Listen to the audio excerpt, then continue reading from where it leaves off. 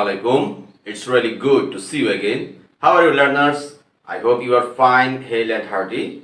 You are staying home and you are safe.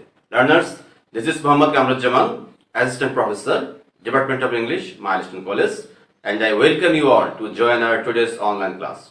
Learners, you know these all are revision classes, and again I am here before you with a grammatical item, and that is completing sentences with phrases and clauses. Yes, learners, according to your new revised syllabus, there will be 7 sentences, that is total 7 marks for 7 sentences. Learners, now comes the point, what is a phrase? I know it's clear to you what is a phrase. Learners, a phrase is a small group of words without a subject and a verb. Actually, it functions as a single unit and helps to constitute a sentence. Okay, learners, let's see an example of a phrase. Yes, you can see. Please wait for a while. Learners, you can see underlined for a while. So, in this sentence, for a while is a phrase. Now, let's see what is a clause. Yes, a clause is a part of a sentence that contains a subject and a verb. A clause itself can be a sentence, or we can see 2 or more clauses in a sentence. Let us see an example of a clause. Yes, learners, you can see, he is happy because he is healthy. Here, in this sentence, we can see 2 clauses. One principal clause and the other is subordinate clause. The 2 clauses are connected by a conjunction, that is because. So, the first one is an independent or principal clause, and the second one is subordinate clause or dependent clause. So, learners, you have to complete these sentences using these phrases or clauses, and you can complete these sentences in 3 ways. That is, you can complete these sentences according to grammatical rules, or you can complete these sentences by adding some words, that is according to its meaning, or you will find 1 or 2 sentences which you need to complete according to some proverb. Learners, today we have chosen a model question from your prescribed Navodut special model test papers, and the question number is 107, that is 107. So, learners, we will try to solve the question completing sentences with suitable phrases and clauses. You can see question number 3. Now, let us go for the first question. The first sentence, sentence A, yes, you can see, a good citizen is dash. So, learners, you have to complete this sentence, and I think you can complete this sentence by adding some words, that is, you can complete it according to its meaning. So, can you guess? Yes, I think you can guess what we need to write here.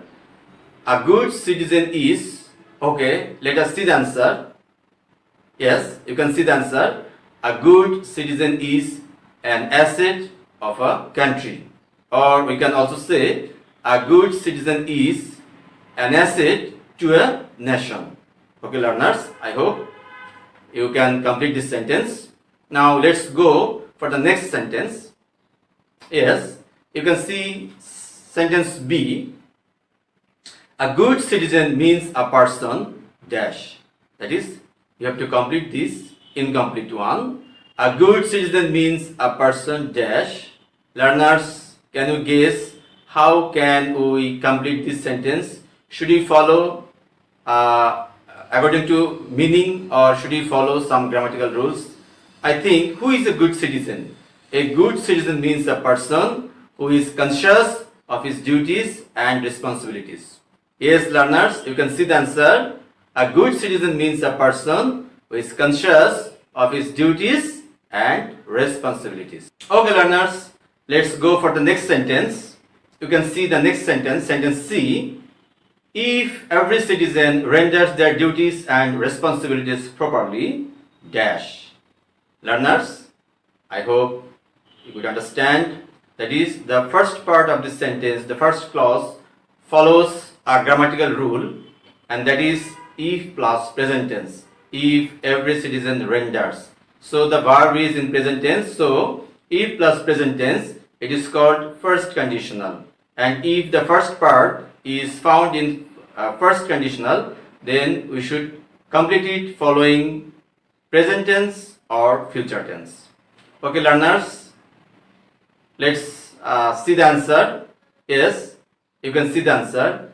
If every citizen renders their duties and responsibilities properly, they will live in peace and prosperity. Yes, I have completed it in future tense according to the rules of first conditional. The first part is in if plus present tense and the last part is future tense, subject plus future tense. They will live in peace and prosperity. I hope you could understand. Okay, let's go for the next sentence. Our next sentence, sentence D. But if the citizens do otherwise, we are bound.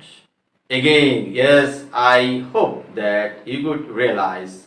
Again, this sentence is in first conditional, that is if plus present tense.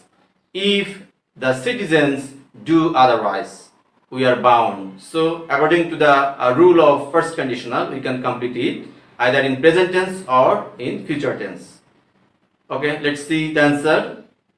Yes, you can see the answer.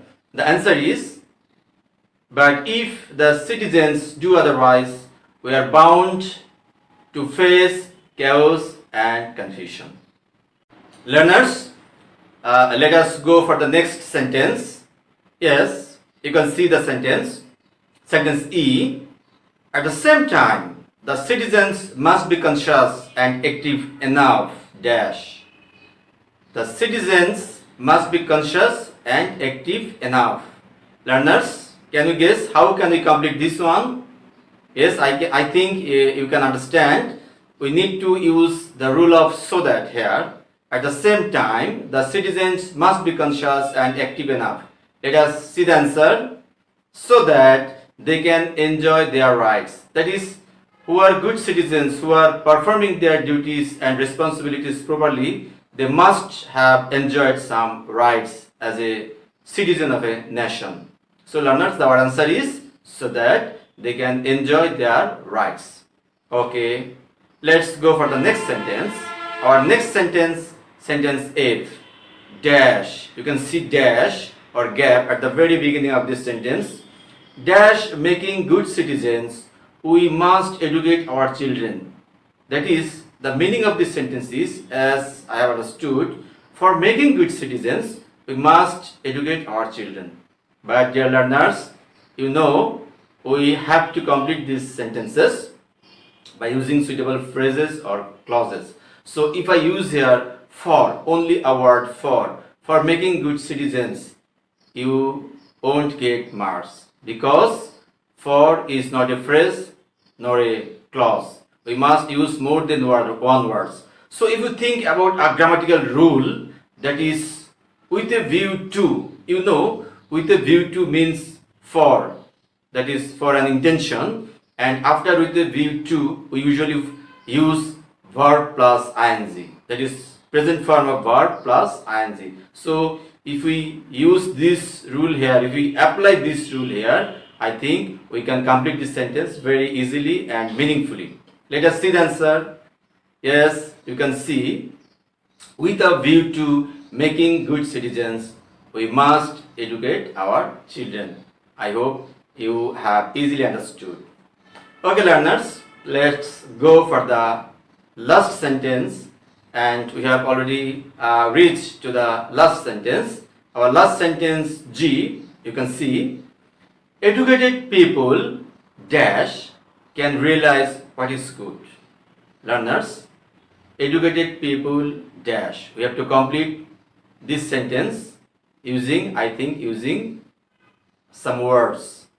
So the last one, can you guess what can be the answer? How can we complete this one? Okay, let us see the answer. Yes, you can see the answer. Educated people, being wise and prudent, as they are wise and they are prudent, can realize what is good. Or we can write here, educated people, being wise and conscious, can realize what is good. Okay, learners, I think you have really understood how to complete these sentences, and I believe that you have enjoyed the class, you understood the things, and if you follow some grammatical rules, if you observe some sentences, you will find that only some meaningful words can complete a sentence, and I have already told you, you will find one or two sentences which you need to complete by some suitable program. So learners, best of luck. We will see again on another day, on another class. Till then, bye bye.